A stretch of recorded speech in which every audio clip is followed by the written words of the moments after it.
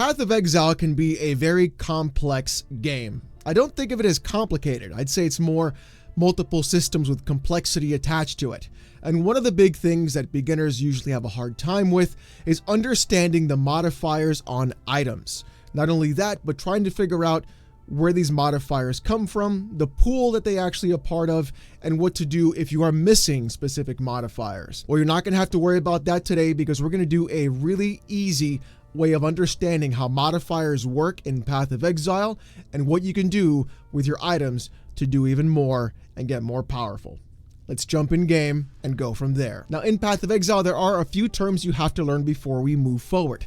And 3 of those terms are the 3 kinds of basic modifiers that are applied to your items. That is an implicit modifier, a prefix modifier, and a suffix modifier. Now, the reason why I bring up implicits, prefixes, and suffixes is because each set of modifiers, whether it's prefix, suffix, or implicit, contains its own set of modifiers to choose from, whether an item is being rolled on the ground when you identify something, or if you are crafting something directly. And we'll get into crafting later on in this series because that's a whole other ballgame on its own. And on top of that, there are specific modifiers that are only available on items that are level 86 or above. Now, the cap for items right now is in fact level 86. You can find higher level items, but it's not going to do you any benefit when you do. So now we already have the real basics going down. We know that there are 3 types of modifiers at this moment in time that we're going to be concerning ourselves with.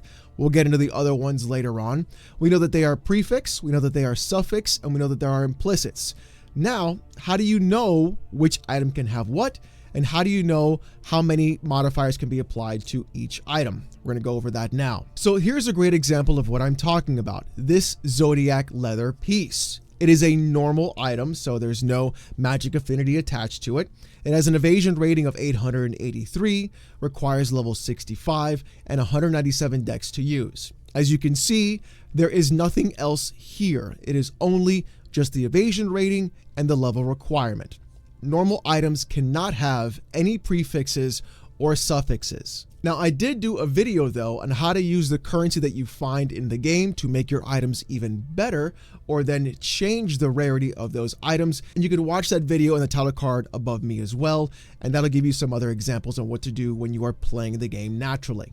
So now that you've found a normal item and you want to go ahead and modify it, let's say we take this normal item and then make it a magic item. So we've gone ahead and used an Orb of Transmutation on the Zodiac leather, and things have changed quite a bit. Now the evasion rating has increased to 921. On top of that, the actual item has changed from a white item to a blue item, which means it's now magic. And there are 2 additional modifiers on this piece of equipment: plus 38 evasion rating and plus 17 stun and block recovery. Now, these 2 specific things are in addition to what we had before. As you can see, there is a line separating every single part. So you have a line separating the evasion rating, a line separating the requirements, and then you have the actual affixes of this item. Another good example that I have here is these boots. They are magic as well. They are evasion rating of 192. They require level 55 and 97 dexterity, 76 maximum life, and 14% cold resist. So as you can see, the most you can get is 1 prefix and 1 suffix. But you're asking me, Alex, how do I know if I have 1 prefix or 1 suffix? Well, if you hold the Alt key as you hover over the actual item with your mouse, you can see exactly what's written here. You can now understand and see the variable range between your evasion rating. 192 is what we rolled, but you can have between 180 and 216. The item level for this pair of boots is level 86, and you can see it says prefix modifier virile tier 2 life, and you can see the roll as well. The first number 76 is what we were able to get. The low roll on this item is a 70, the upper roll is 79. On top of that, you can see the suffix modifier of the seal. It's a tier 7, elemental, cold, and resistance. These are the actual tags that are applied to these modifiers. You can also see the percentage that we obtained, 14 out of the possible 12 to 17% of cold resist. So a couple of things I want to point out as we're looking at this item right now. Specifically, the tier of modifier. What you want to look for in terms of tiers is a lower tier number. tier 1 being obviously the best, tier 10 being the worst. The reason for that is because the range of numbers that you have to choose from at a lower tier or tier 1 are much greater than they would be if they were a tier 10. So if you have an item that has multiple tier 1 affixes or mods, you're going to be in a much better situation mathematically or gameplay wise than you would be with an item that has multiple tier 10 mods. So not only do we have normal items not having any modifiers at all, except sometimes they get implicits, we also have magic items having one prefix and one suffix. They can also gain an implicit. We now have rare items. So if we had 2 modifiers for magic items, the amount that we get for rare items is actually 6. We get to choose between 3 prefix and 3 suffix. Now, just to make you aware, not every rare item has all 6 modifier slots actually full. Some of them, like this pair of boots heel, these Dragon Soul boots, only have 4 modifiers applied. When we press Alt, we can see it has 1 prefix and 3 suffixes. So we can see here that all 3 suffix modifier slots have been actually filled, and there are 2 prefix slots left available. Using some crafting materials later on in the game and in this series as we go through that, you will then be able to craft the additional modifiers for your prefixes onto these boots. So again, we see that rare items can have up to 6 actual modifiers, 3 prefix and 3 suffix. We see magic items have 1 prefix, 1 suffix, normal items having none at all. What does it look like when we have an item that has all 6 modifier slots and an implicit modifier, which we haven't done yet? Well, let's take a look at this Gale Emblem Shield. As you can see, we have the quality increased to 20%. Now, we talked about that in the previous video using currency. Our chance to block is 22%. Our energy shield is increased to 52. We have the item level at 85. It requires level 65 and 141 intelligence. Immediately below this gold line under the requirements, we see implicit modifier damage minion. Implicit modifiers are things that you cannot change. They are additional affixes or mods that are applied to weapons. They can be dropped naturally in the world, and they can also be added on later through specific types of crafting. But implicit modifiers are very specific, because if you have a mod that has an implicit that is directly correlated to your type of build, you are going to have a great advantage when you craft using that type of item. So here, as you can see, this modifier increases my minion damage before I even get to any other additional prefix or suffix on this shield. So we're already looking really good once this item dropped. Now here's the fun part. We then have a prefix modifier tier 4 of minion damage. We have another tier 1 modifier for maximum energy shield, another tier 1 for maximum life, and that shows that all of our prefix slots are then full. We now move on to the suffixes that we have available.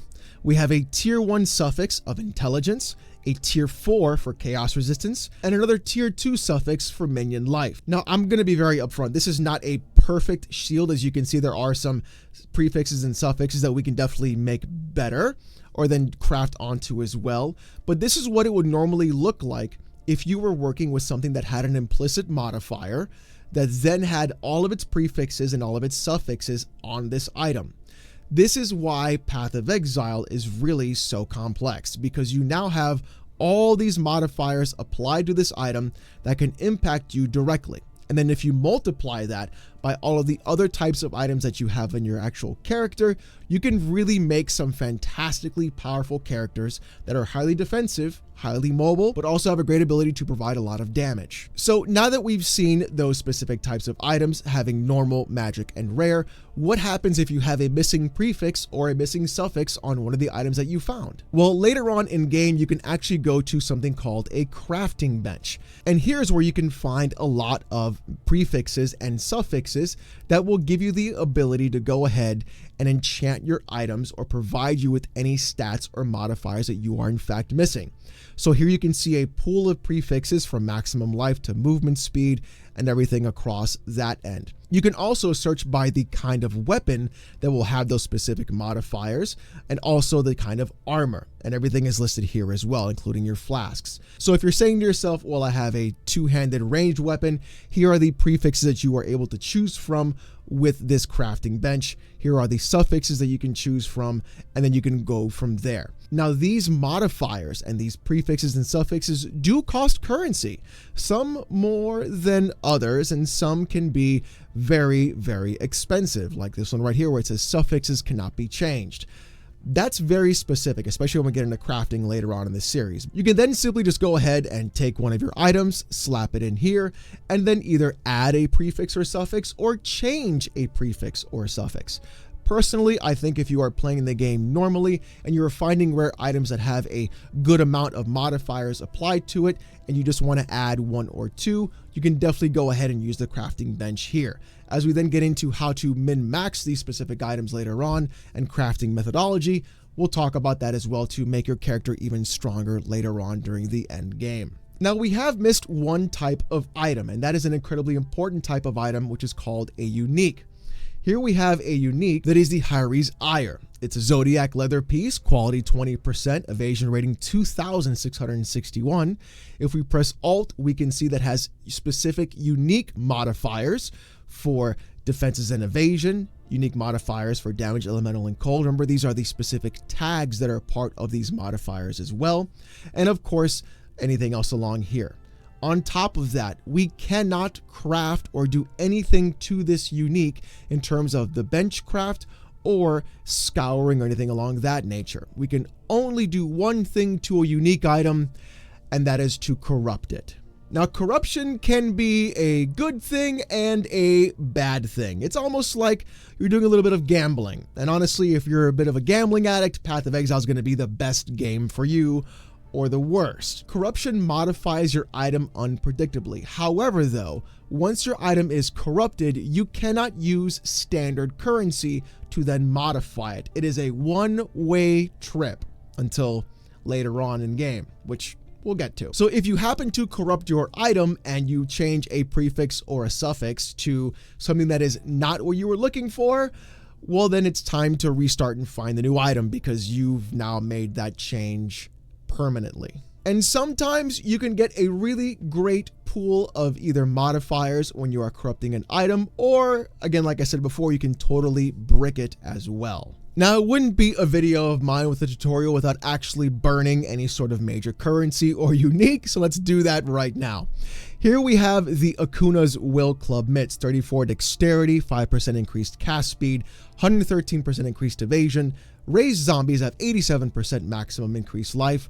Raised zombies do not require a corpse, and your raised zombies count. Let's go ahead and corrupt this, shall we? And let's see what happens, because we've added an implicit modifier now. We got really lucky. Well, kind of. You see, we've bricked this item specifically unless we were running a mine zombie sort of character, because the implicit modifier now is +2 levels of socketed trap or mine gems. Pretty much, it has nothing to do with zombies. So unless I was running a very specific kind of character, I have effectively bricked this unique. It is now worthless.